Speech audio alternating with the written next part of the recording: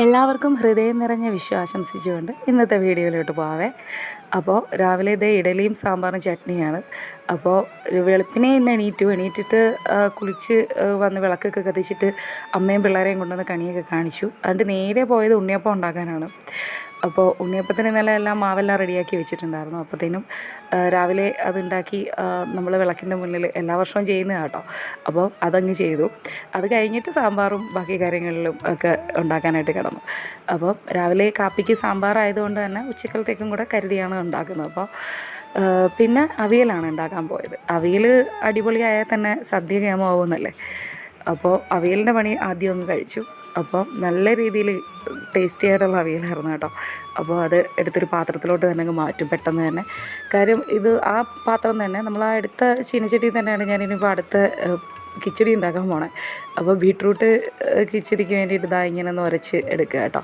അപ്പോൾ ഇങ്ങനെ എടുത്തു കഴിഞ്ഞാൽ എനിക്ക് തോന്നുന്നു കുറച്ചുകൂടെ ടേസ്റ്റ് കൂടുതലായിട്ട് തോന്നിയിട്ടുണ്ട് കുത്തി എരിഞ്ഞെടുക്കുന്നതിൽ. അപ്പോൾ ഇത് അപ്പോൾ തന്നെ വേറൊരു പാത്രത്തിലേക്ക് മാറ്റിയിട്ട് ഇതാ കടുക് വറുത്ത് ചേർത്തിട്ടുണ്ട്.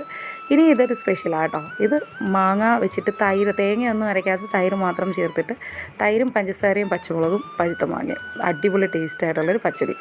അപ്പോൾ അത് ഇപ്പോൾ പരിപ്പിന് വേണ്ടിയിട്ടുള്ള ഘട്ടത്തിലേക്ക് കിടക്കുകയാണ്. അപ്പോൾ പരിപ്പിന് ഞാൻ ദാണ്ടെ മൈസൂർ ദാളാണ് എടുത്തേക്കുന്നത്. അപ്പോൾ മറ്റേ നമ്മൾ ചെറുപയർ ഇടുന്നതിൽ എനിക്ക് തോന്നുന്നു എളുപ്പവും ഇത്തിരി ടേസ്റ്റും ഇതാണെന്ന് എനിക്ക് തോന്നിയിട്ടുണ്ട് കേട്ടോ. അപ്പോൾ ഞാനിതാണ് എടുക്കുന്നത്. അപ്പോൾ അത് 2 വിസിലാകുമ്പോഴത്തേന് നല്ലപോലെ അത് വെന്ത് അടിപൊളിയാവും. പിന്നെ ദേ അത് അരപ്പൊക്കെ ഇട്ട ശേഷം കുറച്ച് നെയ്യ് തൂവി കൊടുക്കും കേട്ടോ. അതിൻ്റെ പുറത്താണ് കടുക് വറുത്ത് ഒഴിക്കുന്നത് കേട്ടോ. അപ്പോൾ ചുവന്നുള്ളിയും വെളുത്തുള്ളിയും ജീരകവും അതായിരുന്നു അരപ്പിന് എടുത്തിട്ടുണ്ടായിരുന്നത്. അപ്പോൾ ദാ പരിപ്പ് കറിയും റെഡിയാക്കി വെച്ചിട്ടുണ്ട്. പിന്നെ ഞാൻ രാവിലെ ഉണ്ടാക്കിയെന്ന് പറഞ്ഞാൽ ഉണ്ണിയപ്പം തണുത്ത് കഴിഞ്ഞപ്പോൾ ഞാൻ കുപ്പിയിലാക്കി കണ്ണന് കൊടുത്തതിന് ശേഷം എന്നിട്ട് പൈനാപ്പിൾ പുളിശ്ശേരി ഉണ്ടാക്കാൻ പോവാണ്. അതും പെട്ടെന്ന് റെഡിയാക്കി കടുക് വറുത്തൊക്കെ മാറ്റി വെച്ചിട്ടുണ്ട്. പിന്നെ നോൺ വെജിന് ഇല്ലാത്തത് കാരണം നമ്മൾ സോയാബീനാണ് ഒന്ന് റോസ്റ്റ് ചെയ്തെടുക്കാം എന്ന് വെച്ചാൽ ഡ്രൈ റോസ്റ്റാക്കി എടുക്കാമെന്ന് വിചാരിച്ചു. അപ്പോൾ അതിന് ഉള്ളിയൊക്കെ വാട്ടിയെടുത്തിട്ടുണ്ട്. സോയാബീനൊക്കെ ഇട്ട് തേങ്ങാക്കൊത്തുമൊക്കെ ചേർത്ത് അടിപൊളിയായിട്ട് റെഡിയാക്കി എടുത്തിട്ടുണ്ട്. പിന്നെ നമ്മൾ ഇന്ന് കടല പായസമായിരുന്നേ. അപ്പോൾ കടല നല്ലപോലെ ഒന്ന് വറുത്തെടുത്തിട്ട് പിന്നെയാണ് പായസം വെച്ചത്. നല്ല പായസം അടിപൊളി കണ്ടോ. അപ്പോൾ പപ്പടവും കൂടെ കാച്ചി കഴിഞ്ഞപ്പോൾ ഇന്നത്തെ വിഷുവിൻ്റെ സദ്യവട്ടത്തിൻ്റെ ഒരുക്കമെല്ലാം കഴിഞ്ഞു.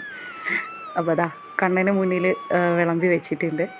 അപ്പോൾ ഇവിടെ അമ്മയാണ് കേട്ടോ കണ്ണന് വിളമ്പി വെക്കണത് കഴിക്കണത്. അപ്പോൾ ഞങ്ങളും ഇലയിട്ട് ഇതൊക്കെയായിരുന്നു ഞങ്ങളുടെ വിഭവങ്ങൾ. പിന്നെ അമ്മയും പപ്പയും ഉച്ചയായപ്പോഴാണ് വന്നത്. കാര്യം അമ്മയ്ക്ക് അമ്പലത്തിൽ വായനയുണ്ടായിരുന്നു, അപ്പോൾ നമ്മുടെ കുടുംബക്ഷേത്രത്തിൽ. അപ്പോൾ അതിൻ്റെ ഗ്യാപ്പിൽ ഉച്ചയ്ക്ക് ഉണ്ണാൻ വന്നിട്ട് അപ്പോൾ തന്നെ പോയി.